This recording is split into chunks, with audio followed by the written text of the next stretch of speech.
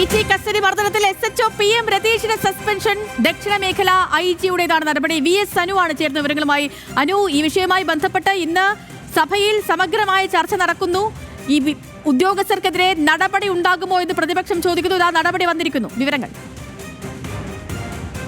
പി.ടിയിലെ police custody മർദ്ദനവുമായി ബന്ധപ്പെട്ടാണ് ഇപ്പോൾ അന്ന് പി.ടി SI ആയിരുന്ന PM രതീഷിന് ഇപ്പോൾ സസ്പെൻഷൻ ഉത്തരവ് വന്നിരിക്കുന്നത്. നിലവിൽ ഇയാൾ കടവന്ത്ര SHO ആണ്.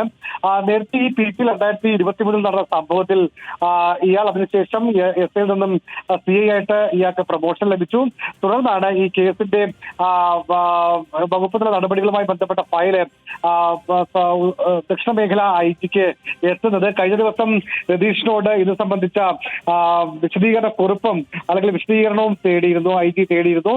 ഇത് ലഭിച്ചതിന് പിന്നാലെയാണ് ഇപ്പോൾ PM രതീഷിനെ സസ്പെൻഡ് ചെയ്തുകൊണ്ട് ദക്ഷിണ മേഖല IG ശ്യാം സുന്ദർ ഉത്തരവിട്ടിരിക്കുന്നത്. അനു പറഞ്ഞതുപോലെ കഴിഞ്ഞ ദിവസം ഇപ്പോൾ ഈ ഉദ്യോഗസ്ഥരോട് വിശദീകരണമൊക്കെ ചോദിച്ചിരുന്നതാണ്. അപ്പോൾ ഈ നടപടിയുടെ മറ്റ് വിശദാംശങ്ങൾ എങ്ങനെയാണ് ഇന്ന് തൊട്ട് തന്നെ ഈ നടപടി വന്നു തുടങ്ങിയിട്ടുണ്ടോ? ഉത്തരവ് എന്നാണ് പ്രാബല്യത്തിൽ വരിക? ഇമ്മീഡിയറ്റ് എഫക്ട് എന്ന രീതിയിലാണ് അദ്ദേഹത്തിന് സസ്പെൻഷൻ ഉത്തരവ് വരുന്നത്. ഉത്തരവ് അല്പസമയം നമുക്ക് കാണിക്കാൻ വേണ്ടി കഴിയും.